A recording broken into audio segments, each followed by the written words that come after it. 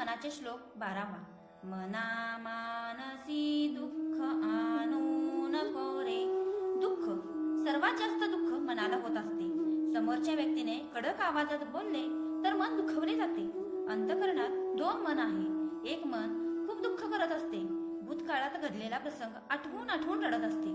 तेव्हा दुसरे मन सांगते रडून काय उपयोग आहे, प्रसंग तर घडून गेला आहे, त्यामध्ये काहीही तू बदल करू शकत नाही. पण दुःखी मन काहीही त्याचे ऐकत नाही.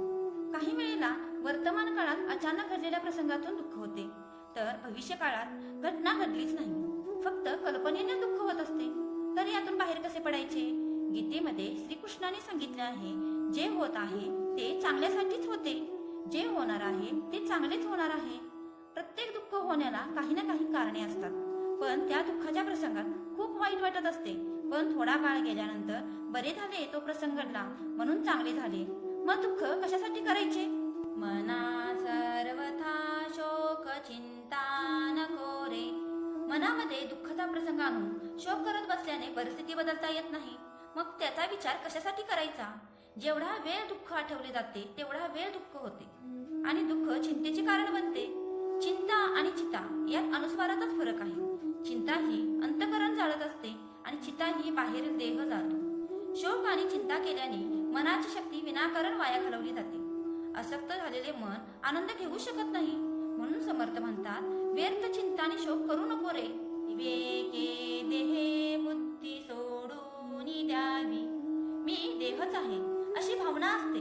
मी कोण आहे याची जाणीव असली पाहिजे. मनुष्य प्रत्येक काम मी करतो, मी जेवतो, मी सर्वांचा सांभाळ करतो अशी भावना असते. पण या देहातील आत्मा निघून गेल्यानंतर तो काय कार्य करेल? काहीही करणार नाही. म्हणजे मी हा परमात्मा आहे याची जाणीव सतत असावी लागते. जी व्यक्ती देहाला मी म्हणते अशा व्यक्तीने विवेकाच्या साह्याने देहबुद्धी सोडून द्यावी. विदेहीपणे मुक्ती भोगीत जावी. देहबुद्धी सोडल्यावर देहाचे मीपणाचे भान राहत नाही. विधेय अवस्थेत राहणारा भक्त हा देह माझा खरा पण तो काही मी नव्हे अशी वारंवार जाणीव असते. त्यामुळे त्या भक्ताचा आनंद स्वतंत्र असतो.